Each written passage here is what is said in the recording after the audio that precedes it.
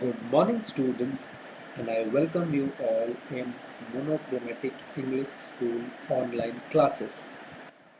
So, today we are going to start our English subject, and the lesson number is lesson 1, a good day, a good boy. Sorry. Alright, so the lesson name is a good boy.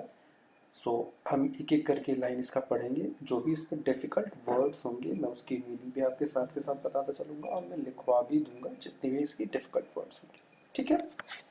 सो पहला line ये है, I woke before the morning, I was happy all the day. इसका मतलब ये हुआ कि मैं सुबह होने से पहले जगा और मैं पूरे दिन, आई was happy all the day मतलब मैं पूरे दिन खुश था।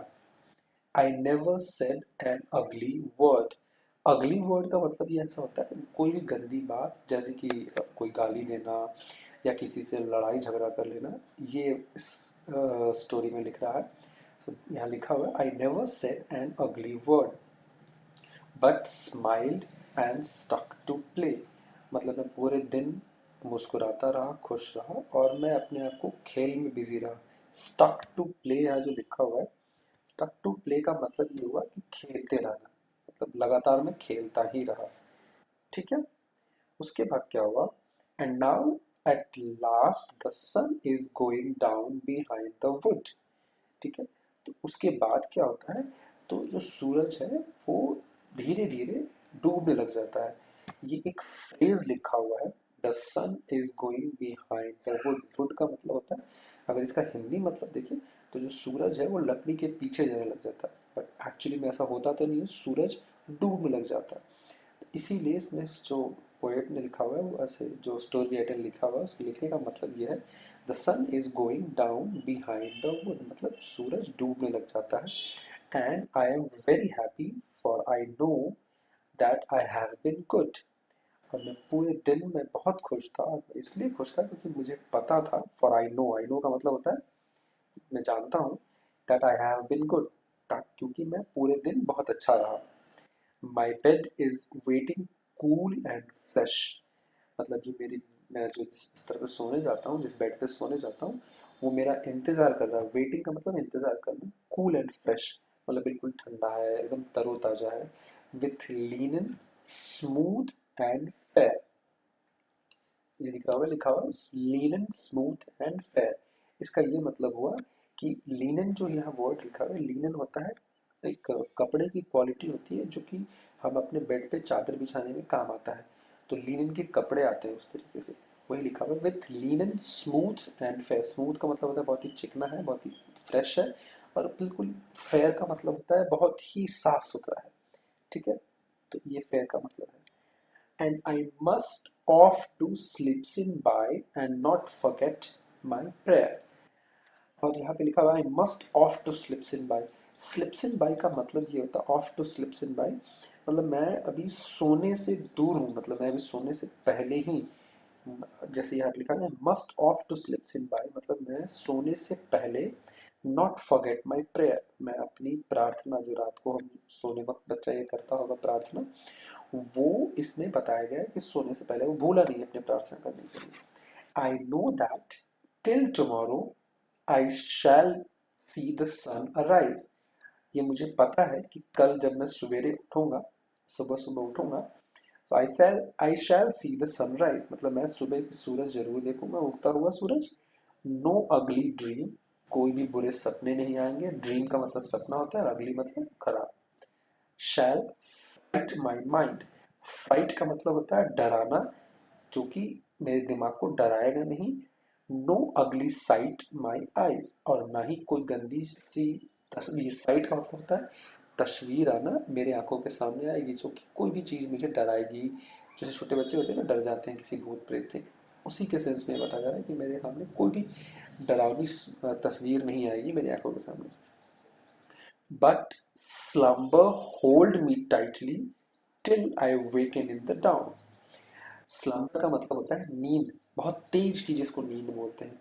लेकिन जो स्लम्बर है, होल्ड में मतलब पकड़े रखेगा, टाइटली मतलब बहुत ही तेजी से जकड़ा रहेगा, टिल तब तक, आई वेकन इन द डाउन मतलब मैं तब तक मेरे को नींद जकड़े रहेगा जब तक कि सुबह सुबह ना हो जाती। डाउन का मतलब ये होता है कि सुबह हो जाना, सूर्योदय, सूर्य की जो सूर्योदय होता है तो उसको डाउन बोलते हैं। सूर्यास्त को इंग्लिश में डस्क बोलते हैं, DUSK। ठीक है, मैं ये भी वर्ड में लिखवा दूंगा आप लोगों को। ठीक है। And here the thrushes singing the lilac round the lawn. Thrushes का यहाँ मतलब जो है वो एक चिड़िया की आवाज होती है जो कि बहुत ही मतलब सुरीली आवाज होती है।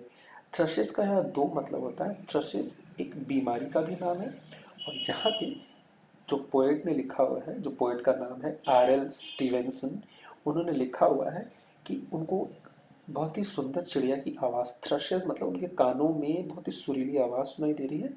एंड द लीनेक राउंड द लाउन, लाउन का मतलब ये होता है कि उनके चारों तरफ वो दिखता है। ठीक है, तो ये रहा हमारा पोएम।